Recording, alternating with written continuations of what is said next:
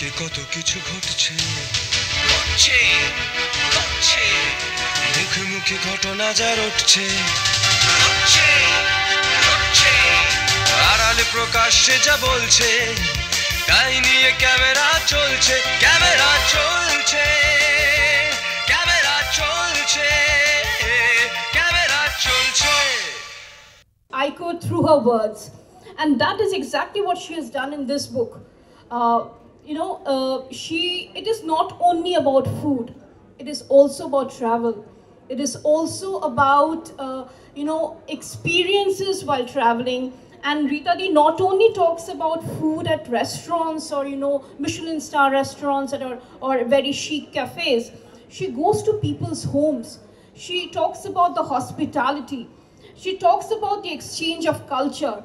And through her book, it's like a lens to a different culture. It's like, a confluence of cultures. And you will see when you read it, how similar cooking techniques are. It's not that, the way we cook. আহারের বাহার একথা সবাই জানে, আর সেই বাহারি স্বাদের সঙ্গে যুক্ত হয়েছে বেড়ানোর আশ্চর্য আখ্যান। প্যারিস থেকে পানামা, ডেনমার্ক থেকে দার্জিলিং, খাওয়া আর বেড়ানোর আশ্চর্য যুগলবন্দির সুললিত লেখা উঠে এলো দুই মলাটে। প্রকাশিত হল খাদ্যরসিক এবং কলামিস্ট রীতা ভিমানির কলমে। তাঁর লেখা মেন্ডারিং মাউথফুলস প্রকাশ পেল শহরের এক নামজাদা বইয়ের স্টলে। সেখানেই তিনি জানালেন তার নানান দেশ ভ্রমণের গল্প আর তার সাথে সেই অঞ্চলের খাওয়া দাওয়ার নানান তথ্য। I started by traveling first to my university way back, long time ago and far away in USA, and that's when I came across a lot of different foods and a completely different culture. I'll come to that in a minute, but it started from then, and then the wandering started and the meandering started all over the world. And we didn't just, my husband and I together, then me singly for many of my PR adventures when we would have our PR conferences, and again together for our various cricketing adventures as well. So all this combined also brought to us food and people and cultures and experiences, and all of these melded into something that got into my psyche, and I guess I had to spill it out sometime. So it started like that. It started as a sharing kind of thing. And it brought me down to tears. We've discussed all the wonderful things about how food is happiness, food is family, but food also denotes memories. A gentleman who's 89 years old, sitting by the Hudson, realizes it's his 89th birthday. He's got a plate of ravioli in front of him, and he remembers that he actually has 3 children, but he hasn't spoken to them in several years. He remembers the ravioli that his wife used to cook on a Sunday for the entire family. So, in a nutshell, food, I think, brings more than just the ebullient idea of celebration and happiness. Food, not just culture, but understanding the human condition. এই বইটিতে আরও একটি দিক সুন্দরভাবে ফুটে উঠেছে। নানান প্রদেশের খাবারের সঙ্গে আমাদের রাজ্যের খাবারের মিল বা অমিল এ তো সবারই জানা, কিন্তু বইয়ের মলাটে তা সুন্দর করে তুলে ধরেছেন লেখিকা। এই বই প্রকাশ এবং তার নানান তথ্য সম্পর্কে লেখিকা রীতা ভিমানি জানালেন। এত রকম দেশ বিদেশ ভ্রমণ করেছি, আর সেখানকার লোকাল খাবার আর সেখানে লোকেদের সঙ্গে থেকেছি, তাদের সঙ্গে মিলেমিশে যেসব আহারের একটা বাহার দেখলাম, সেগুলো আমার মাথায় থেকে গেল যে এগুলো তো এক রকমের অভিজ্ঞতা, কিন্তু সেটাকে কিভাবে শেয়ার করব। তো হঠাৎ মনে হলো যে আচ্ছা ঠিক আছে, আমি এই বইটা লিখে ফেলি। বই লিখতে শুরু করলাম। লিখতে লিখতে মনে হলো কত দেশ আছে, হয় অন্তত 20-30টা দেশ আছে। সেই জন্য আমি 10টা দেশ নিয়ে লিখেছি, ইটালি, ফ্রান্স, বাংলাদেশ, শ্রীলঙ্কা, এদের নিয়ে লিখেছি।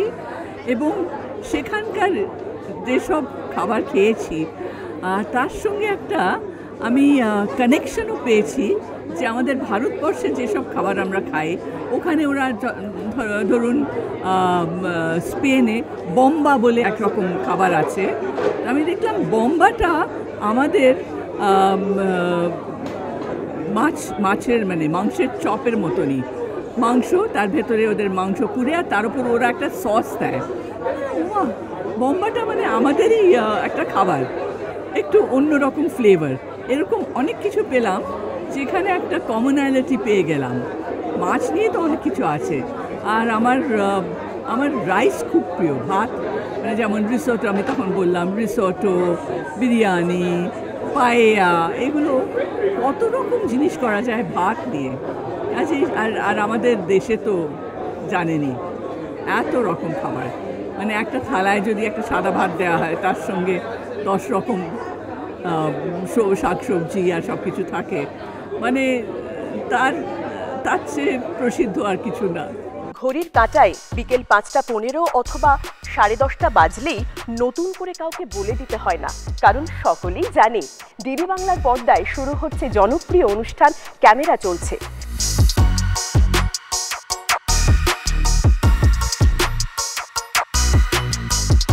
দেখতে দেখতে 25 বছর, সময়টা ছিল 2000 সাল। আছে সাইলেন্ট ফিল্ম প্রজেক্টের, সময়ের সঙ্গে বিবর্তিত মাইক্রোফোন, সারা বাংলার সাহিত্য, শিক্ষা, সংস্কৃতি সবকিছু নিয়েই টেলি ম্যাগাজিন।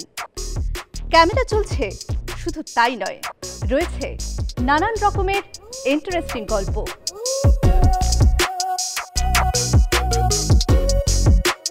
ক্যামেরা চলছে নানান ধরনের নানান মানুষের কীর্তিকলাপ, যাদের কেউ চেনেই না, জানেই না, কিন্তু বাধা বিস্তর। আর 25 বছরের সেই দুরন্ত যৌবন বাধা মানে না।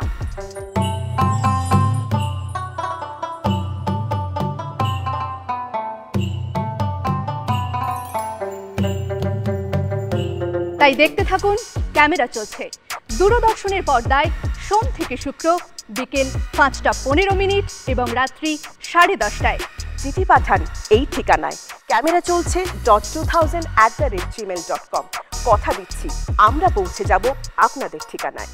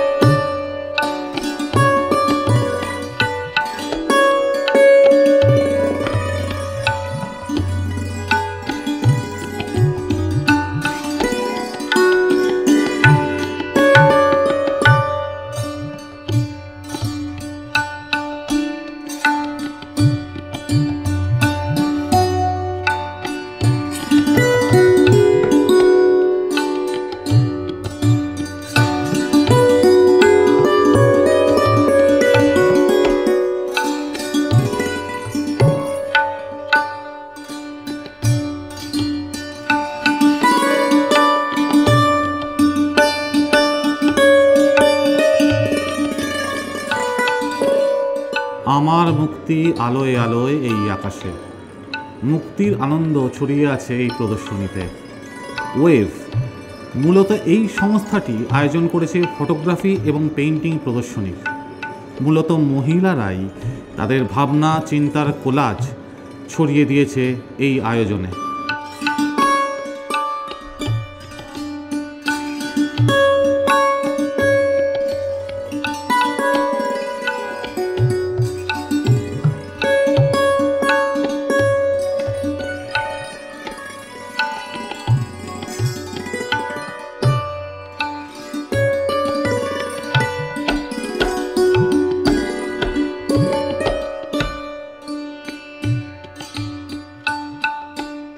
যেভাবে সুন্দরভাবে উপস্থাপিত হয়েছে এই প্রদর্শনীটি, তা সত্যিই ভাবনার খোরাক জোগায়। ছবির ক্যানভাস কিংবা ফটোগ্রাফি সবেতেই নারী ভাবনার উদযাপন।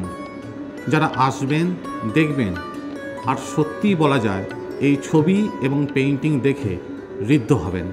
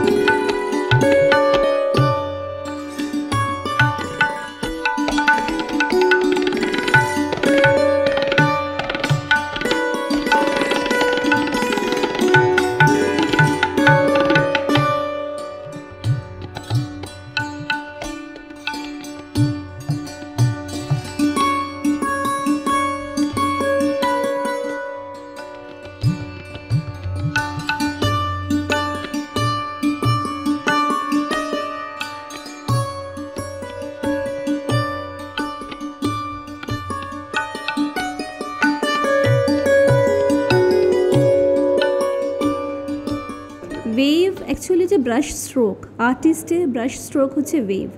তো ওয়েভ অর্গানাইজড করেছে উইকি। উইকি is a women's Indian chamber of commerce, যারা মেনলি মহিলাদের জন্য কাজ করে। তো আমাদের এটাই ছিল কি আমরা মহিলা আর্টিস্টকে একটা প্ল্যাটফর্মে আনবো।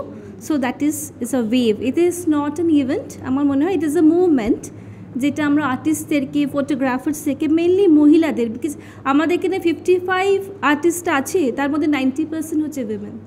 So it's a wave for artist and photographers.